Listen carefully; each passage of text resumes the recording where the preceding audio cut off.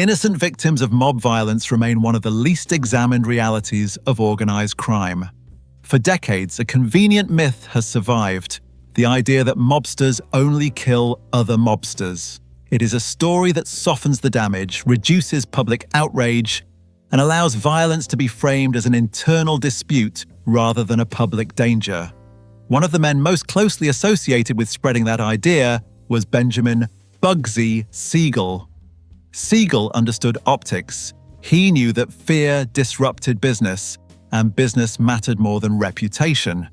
In the mid-1940s, as Las Vegas was being reshaped into a gambling destination, Siegel was heavily involved in the Flamingo Hotel project. In 1946, building contractor Del Webb took over construction at the Flamingo Hotel. Webb was a legitimate businessman, not a gangster, and he knew exactly who Siegel was. By that point, Siegel had a reputation in law enforcement circles and among underworld figures as a man connected to numerous killings, often estimated at more than a dozen, though the precise number has never been established in court. According to an anecdote repeated in multiple historical accounts, Siegel openly bragged to Webb about having personally killed 12 men who crossed him. Webb reportedly reacted with visible fear. Siegel noticed. He paused, then offered reassurance. He told Webb that there was nothing to worry about, that mobsters only killed each other. The message was simple: this violence had rules. Ordinary people were not part of it. That reassurance was false. There has never been a true code of honor that protected civilians from organized crime. The idea exists largely because mob figures repeated it, and because it was easier for the public to accept. In reality, innocent people have always been caught in the path of mob violence. Sometimes they were hit by stray bullets. Sometimes they were witnesses in the wrong place. Sometimes they were targeted because they knew too much, refused to cooperate, or simply became inconvenient. The belief that organized crime violence stays contained inside the underworld does not survive contact with the historical record. Regular people have been injured, traumatized, and killed in mob-related acts across decades and cities. Their stories rarely receive the same attention as the men who ordered the hits or pulled the triggers. What follows is not an exception to the rule. It is a reminder of who pays the price when myths replace facts. Michael Vengalli was 5 years old. The photograph shows him standing beside his older brother Salvatore, both of them dressed neatly, unaware of how little time they had left together. On July 28, 1931, Michael became one of the many civilians erased from the margins of mob history, his death reduced to a footnote beneath the names of men who survived. The killing happened in East Harlem, in New York City, on a hot summer evening. The temperature that day reached 97 degrees. By 6:30 p.m., families in the largely Italian neighborhood had finished dinner, and children spilled out onto the sidewalks and streets looking for air and light after hours inside stifling apartments. Michael and his 7-year-old brother Salvatore were among them. A car drove through the neighborhood carrying 5 gunmen. Their target was a bootlegger named Joey Rao, a figure tied to the violent Prohibition-era gang wars that were already consuming the city. As the car passed, the men opened fire into the street. Rao was not hit. He escaped without injury. The children did not. Michael Vengalli was struck by the gunfire, so was Salvatore. 3 other children were wounded: 3-year-old Michael Bevilacqua, 5-year-old Samuel Divino, and 14-year-old Flora D'Amelia. The bullets meant for a criminal tore through a public street filled with families. Michael and Salvatore's mother, Catherine Vengalli, ran outside when the shooting stopped. She found Salvatore first and rushed him to Fifth Avenue Hospital in a taxi. Another woman found Michael and brought him to Beth David Hospital. Michael died later that night. 2 men, Vincent Mad Dog Cole and Frank Giordano, were charged and stood trial for the shooting. Both were acquitted. No one was ever convicted for Michael Vengalli's death. Michael was not the intended target. That fact has been repeated for decades, often as a quiet defense of the men responsible. But intent does not erase consequence. The shooters chose to carry out a hit on a busy East Harlem street in daylight with children present. That choice made innocent lives expendable. Michael Vengalli did not die because he crossed the wrong people. He died because organized crime accepted civilian risk as collateral damage. His death exposes the lie behind the claim that mob violence stays contained, and it shows how easily the underworld's disputes spill into ordinary lives that never agreed to be part of them. 12 years before Michael Vengalli was killed in East Harlem, another child was deliberately targeted hundreds of miles away. On March 28, 1919, in Kansas City, 11-year-old Frank Carramusa Jr. was shot to death by a mob enforcer named Paul Catanzaro. This was not crossfire, this was punishment. Frank's father, Frank Carramusa Sr., was a grocer in Kansas City's Little Italy, a tight-knit immigrant neighborhood where most families lived and worked within a few blocks of each other. Like many Italian-American business owners at the time, Carramusa had begun receiving threatening letters from the Black Hand. The messages demanded money and promised violence if payment was refused. Carramusa refused. That decision marked his family. On the day of the killing, Frank Jr. was riding in one of his father's grocery delivery trucks, helping with routine work that should have been safe. Catanzaro spotted the truck, approached it, and opened fire. He shot the boy in retaliation for the unpaid extortion demand. Frank Jr. died from his wounds. Police moved quickly. Catanzaro was identified, arrested, and charged with the murder. On paper, the case looked straightforward. In reality, it never stood a chance. Witnesses who had seen the shooting were threatened. Some refused to testify. Others changed their statements. Fear did the rest. Catanzaro was never convicted. Frank Carramusa Jr. was killed to send a message to his father and to the neighborhood. Pay or your family pays for you. This was organized crime stripped of its mythology. No rules, no honor. A child selected as leverage because it worked. The record is clear. Frank Carramusa Jr. did not die alongside mobsters. He died because mob violence has always been willing to reach into ordinary lives when intimidation demanded it. On February 7, 1982, mob and cartel violence reached into a place where it was never supposed to go. 2-year-old Johnny Castro was killed in Miami during an assassination attempt aimed at his father. Jesus Castro worked as a bodyguard and enforcer for the cocaine organization run by Griselda Blanco, one of the most feared figures in Miami's drug underworld during the late 1970s and early 1980s. Blanco ruled through intimidation and loyalty tests, and she took perceived disrespect personally. According to court records, Blanco ordered Castro's death after accusing him of disrespecting her sons by kicking one of them. The hit was carried out in public. Gunmen opened fire with a 9mm submachine gun, spraying bullets into the vehicle. Castro survived the attack. His son did not. Johnny Castro was struck and killed, a toddler caught in an act of vengeance meant for someone else. The man who carried out the shooting was Jorge Ayala, a contract killer closely tied to Blanco's organization. Ayala was later arrested, prosecuted, and convicted for his role in the attack that killed Johnny. The case became one of the clearest examples presented in court of how Blanco's organization operated, using overwhelming violence in public spaces without regard for who might be hit. Blanco herself was eventually convicted for arranging this murder along with 2 other killings. She served time in federal prison not for mythology or reputation, but for documented acts that left real victims behind. Johnny Castro was not a target in the underworld. He had no connection to drug trafficking, power struggles, or cartel discipline. He died because organized crime accepted his presence as irrelevant. His death stands as another permanent record of what happens when criminal retaliation is carried out without limits and without concern for who is standing nearby.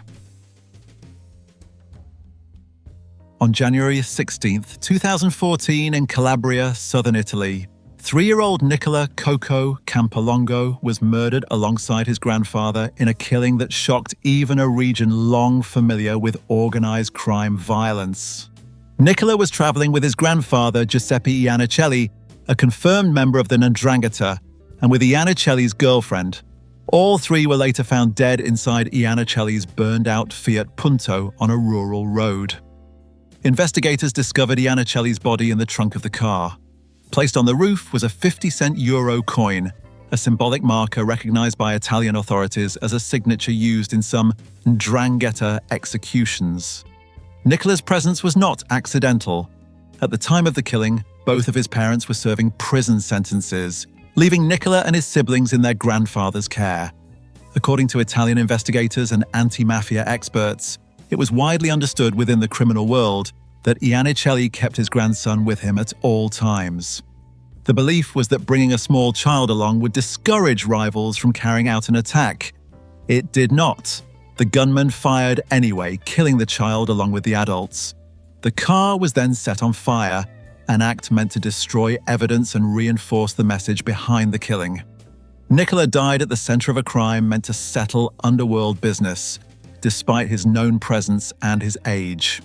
In October 2015, Italian authorities arrested Cosimo Donato and Faustino Campolongo for their roles in the murders. The case became a focal point for renewed scrutiny of how deeply organized crime violence had penetrated family life in Calabria. In the aftermath of Nicola Campolongo's death, anti- and 'ndrangheta activists made a grim assertion based on collected records and public reporting.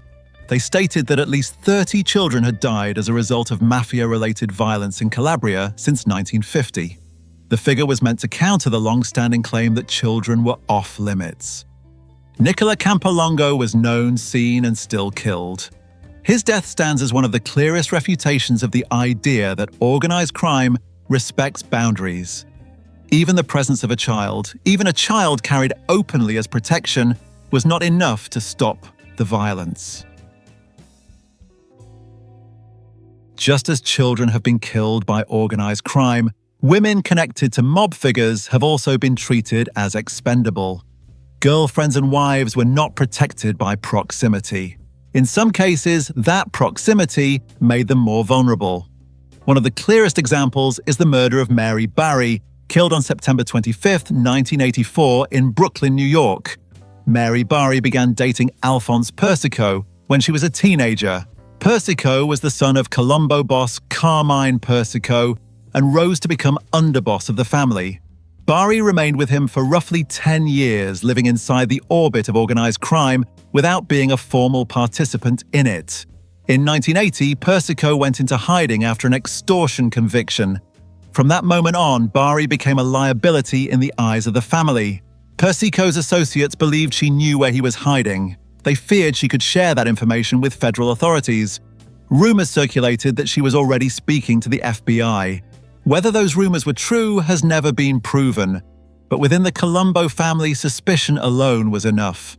In 1993, Colombo family member Carmine Sessa told federal investigators that Bari was killed specifically because she knew Persico's location and because of concerns she might cooperate with law enforcement. That explanation aligned with what investigators had long suspected. Her murder was preventative, meant to eliminate a perceived risk. Bari was lured to the Wimpy Boys social club in Brooklyn with the promise of a waitressing job. It was a setup. When she arrived, Gregory Scarpa Jr. grabbed her and forced her to the floor. His father, Gregory Scarpa Sr., then shot her 3 times, killing her. Mary Bari was not killed for committing a crime. She was killed for what she might say and for who she loved. Her death underscores a consistent reality of organized crime. Loyalty is demanded but never returned. Women on the edges of the mob are not protected by affection or history. When fear enters the room, proximity becomes a death sentence. Bess Greenbaum, the wife of mob figure Gus Greenbaum, was not spared by her proximity to power. Like others connected to organized crime, she died not because of what she had done, but because of where she stood when decisions were made. Her murder came alongside her husband's, inside their own home, and it bore every mark of a professional execution. Her husband, Gus Greenbaum, was a longtime associate of the American Mafia and had once been trusted with major responsibilities. By the 1950s, he was managing the Riviera Hotel in Las Vegas, a prized position that came with constant scrutiny.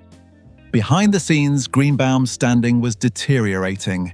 He had accumulated serious personal debts tied to gambling and drug addiction, and by the late 1950s, his relationship with his mob associates had become openly strained. On the morning of December 3rd, 1958, the Greenbaum's housekeeper, Pearl Ray, arrived at their Phoenix home and found both of them dead. Ray had last seen the couple alive the previous evening. At the end of her shift, Bess had driven her home, an ordinary act that later underscored how suddenly the violence arrived. Ray found Bess Greenbaum lying on a couch in the den. She was fully dressed, her wrists were bound behind her back, her throat had been cut. A brutal blow to her head fractured her skull, likely delivered with a decorative glass bottle found beside her body. Gus Greenbaum was discovered in the bedroom, still wearing his pajamas. His throat had been slashed so severely that he was nearly decapitated. 2 powerful blows to the back of his head caused separate skull fractures. Pillows had been placed on either side of both victims' heads, a detail investigators believed was meant to muffle sound during the attack. Investigators considered the possibility that the killers initially intended to murder Gus alone. Bess may have arrived home earlier than expected, leaving them with a decision. The evidence suggests they chose certainty over restraint. The murders were never officially solved, but law enforcement quickly concluded they were consistent with a mob hit. There were no signs of forced entry. A knife used in the killings had been wrapped in a cellophane bag, likely to avoid leaving fingerprints. A small amount of cash and a ring from Gus's hand were missing, but other valuables were untouched, indicating theft was not the motive. Greenbaum's problems within the underworld were widely known. His financial instability and addictions had made him a liability. That context mattered, so did the past. In 1955, Greenbaum's sister-in-law, Leona, had been murdered by suffocation, another killing never solved but widely believed to be mob-related. Bess Greenbaum was not a mobster. She did not manage casinos, move money, or settle disputes. She died because the people who came for her husband chose to erase every loose end in the room. Her murder stands as another reminder that in organized crime, association offers no protection. It only narrows the distance between the violence and the people standing nearby. Mildred Noble did not live inside the criminal world, but it reached her anyway. On November 29, 1949, in Dallas, Texas, she was killed by a bomb intended for her husband, gambling racketeer Herbert Noble, a man deeply entangled in the city's illegal betting wars. That morning, Herbert Noble took Mildred's car when he left the house. Later in the day, Mildred went outside to use her husband's Mercury. She started the vehicle, unaware that a bomb had been planted beneath the hood. The device was rigged with nitroglycerin connected to the generator. When the engine engaged, it detonated. Mildred Noble was killed instantly. The bomb was not meant for her. That distinction did not change the outcome. No one was ever convicted for planting the device, but investigators and historians have long tied the killing to a bitter feud between Herbert Noble and Benny Binion, 2 men competing for control of Dallas gambling rackets.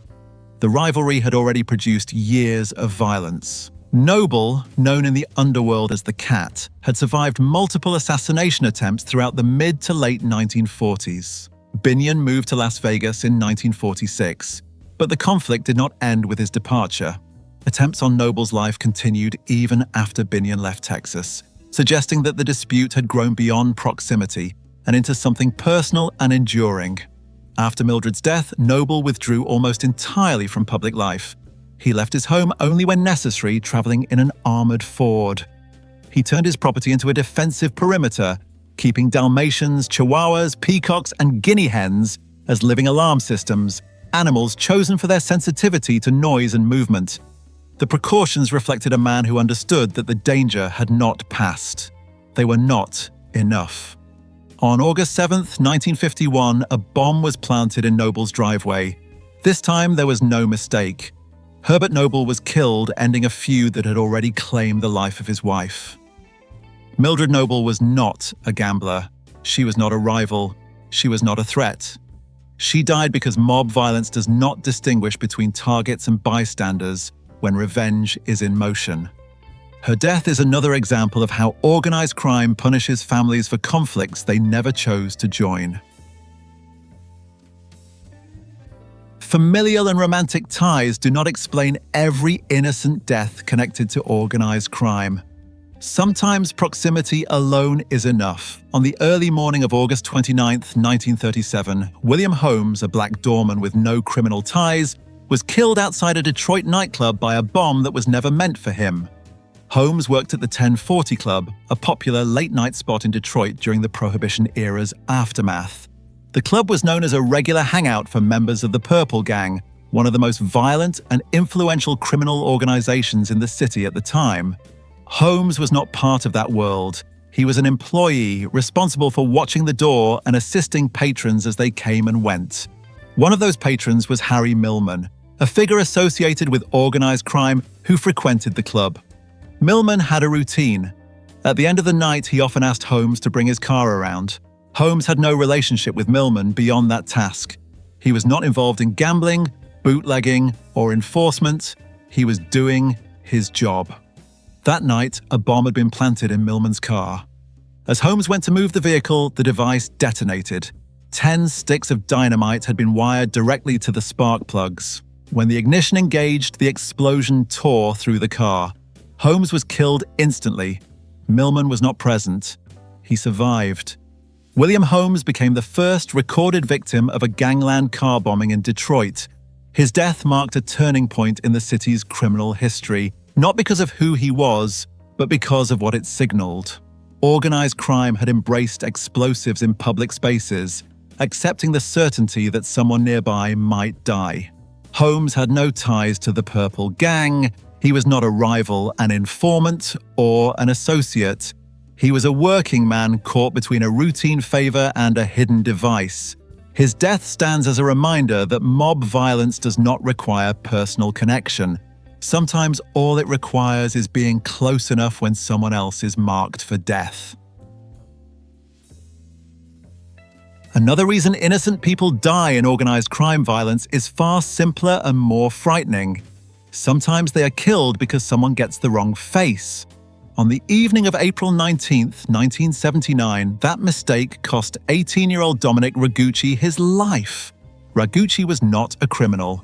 He was a vacuum cleaner salesman and a student, a young man who had talked openly about wanting to become a police officer. That night, after finishing a sales meeting, he parked his car on a Brooklyn street. He did not know that the location placed him near the home of Roy DeMeo, one of the most violent contract killers in the history of the Gambino crime family. DeMeo was deeply paranoid by that point in his life. He was abusing drugs and believed enemies were constantly watching him. When he saw Ragucci sitting in a parked car near his house, DeMeo convinced himself that the teenager was a Cuban hitman sent to kill him. Acting on that belief, DeMeo approached the car alongside his associate, Joseph Guglielmo. Ragucci panicked. Seeing two men approach him aggressively, he drove off. That moment sealed his fate. DeMeo and Guglielmo jumped into DeMeo's Cadillac and chased him through Brooklyn streets. What followed was more than 7 miles of high-speed pursuit through traffic, intersections, and residential blocks. During the chase, DeMeo fired approximately 20 shots at Ragucci's car. Ragucci could not escape. His car eventually collided with another vehicle and came to a stop. DeMeo got out of his Cadillac, walked up to the disabled car, and continued firing until Ragucci was dead. The shooting ended only when DeMeo was certain the person he believed was an assassin no longer posed a threat. Only later did the truth settle in. Within the Gambino family, the killing caused anger rather than approval. Capo Nino Gaggi was reportedly furious that DeMeo had murdered an innocent civilian and drawn unwanted attention. Sources later claimed that DeMeo privately expressed remorse over the mistake. Those reactions mattered inside the crime family. They meant nothing to the Ragucci family. Dominick Ragucci died because a violent man made a bad assumption and had the power to act on it. His death also endangered countless others. The chase tore through busy streets, and it is only by chance that no bystanders were killed in the crossfire or collisions that night. Mistaken identity offers no comfort and no correction. Once the trigger is pulled, the error becomes permanent. Ragucci was not part of the mob world. He did not know its rules or its players. He became another innocent victim because organized crime allows paranoia to substitute for certainty and violence to substitute for proof. In the early morning hours of September 4th, 1977, a crowded restaurant in San Francisco became the scene of one of the city's deadliest mass shootings. What unfolded inside the Golden Dragon restaurant was not the result of chance or chaos. It was the result of mistaken identity layered on top of a gang war already spiraling out of control. Earlier that year, violence had erupted in San Francisco's Chinatown between two youth gangs, the Doughboys and Wah Ching. The conflict began over control of fireworks sales during the early summer, a lucrative seasonal racket that quickly turned territorial. Tensions escalated after members of the Doughboys discovered that the grave of a fallen associate had been vandalized. Retaliation became inevitable. The Doughboys set their sights on Michael Hot Dog Louie, a prominent Wah Ching leader who was known to frequent the Golden Dragon. On the night of the attack, 4 Doughboys, all 17 years old, traveled to the restaurant. Chester Yu stayed behind as the getaway driver. Curtis Tam, Melvin Yu, and Peter Ng entered the building armed. Inside, nearly 100 people were dining. Hot Dog Louie and about 10 other Wah Ching members were seated together on the upper level. Through a window, someone spotted the gunman approaching. Louie and his associates had time to duck and take cover before the attackers burst through the doors. The rest of the restaurant did not. Melvin Yu walked directly up to a young man seated at a table and fired 9 shots at close range. The shooter believed he was killing a gang leader. He was wrong.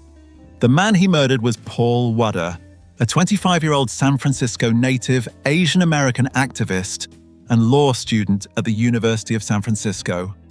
Wadder had no connection to the gangs tearing Chinatown apart. Seated with him was Denise Louie, an Asian-American activist from Seattle who was visiting friends in the city. She was not related to Hot Dog Louie. She was killed alongside Wadder. The gunmen continued moving through the restaurant, firing indiscriminately, concentrating their shots on young diners. Tables were hit, people ran. Others had nowhere to go. When the shooting stopped, 5 people were dead and 11 were wounded. Along with Wadder and Louie, the dead included Calvin M. Fong, 18 years old, Donald Kwan, 20 years old, and Fong Wong, a 48-year-old waiter who had been working the floor. Much of what is known about the attack came later from Robert Wu, a former Doughboy who became a police informant. Wu provided San Francisco police with a recorded conversation in which Curtis Tam described the events of the massacre in detail.